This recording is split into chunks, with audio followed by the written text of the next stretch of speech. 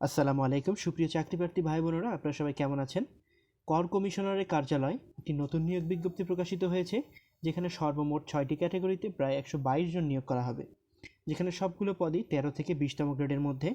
তো আজকের এই ভিডিওতে আমরা সকল বিস্তারিত জানিয়ে দেব আপনাদের, কে কে আবেদন করতে পারবেন, আবেদনের যোগ্যতা, বয়সসীমা, সকল কিছু। তাই ভিডিওটি শেষ পর্যন্ত দেখার অনুরোধ করছি।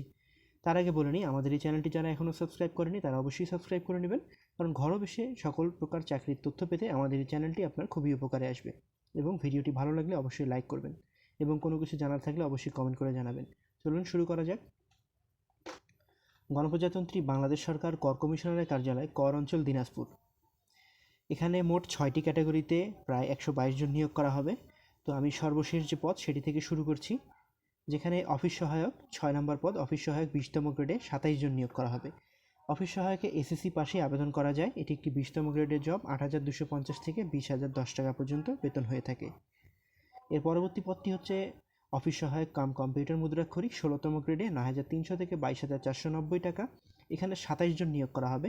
কোনো স্বীকৃত বোর্ড হতে অনন্য দ্বিতীয় বিভাগ বা সমমানের জিপিএতে উচ্চ মাধ্যমিক সার্টিফিকেট বা সমমানের পরীক্ষায় উত্তীর্ণ হতে হবে। Computer, word processing, email, fax machine ইত্যাদি চালানোয় দক্ষতা ও অভিজ্ঞতা থাকতে হবে। কম্পিউটার মুদ্রাক্ষরের সর্বনিম্ন গতি প্রতি মিনিটে ইংরেজিতে 20 এবং বাংলায় 20 শব্দ হতে হবে। এর পরবর্তী পদটি হলো 60 মুদ্রাক্ষরিক কাম কম্পিউটার অপারেটর 14তম গ্রেডে 10,200 থেকে 24,680 টাকা। এখানে 23 জন নিয়োগ করা হবে। কোনো স্বীকৃত বিশ্ববিদ্যালয় হতে যে কোনো বিষয়ে অনন্য দ্বিতীয় শ্রেণী বা সমমানের সিজিপিএতে স্নাতক বা সমমানের ডিগ্রি।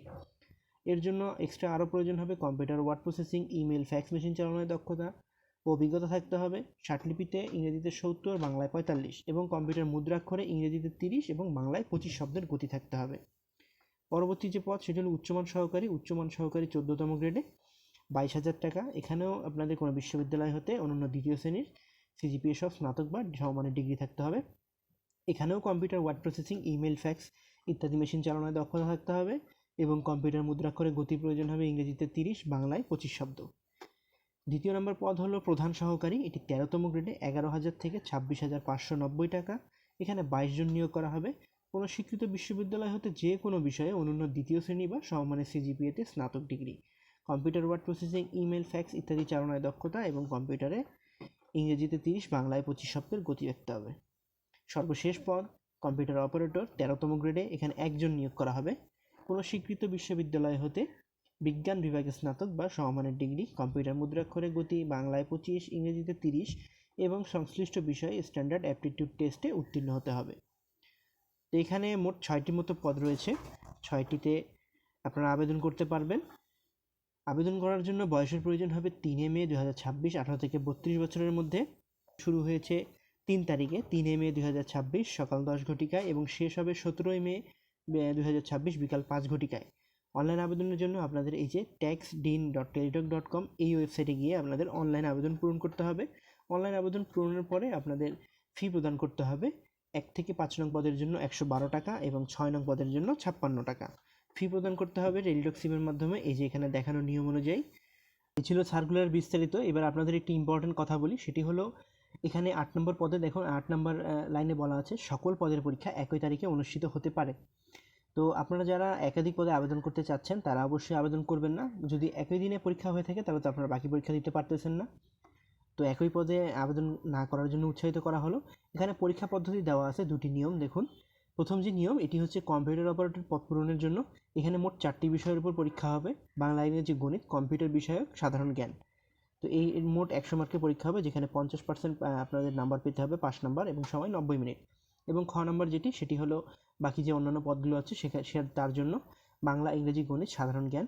এখানেও 50% নাম্বার পেলে আপনি পাস করবেন এবং সময় 90 মিনিট।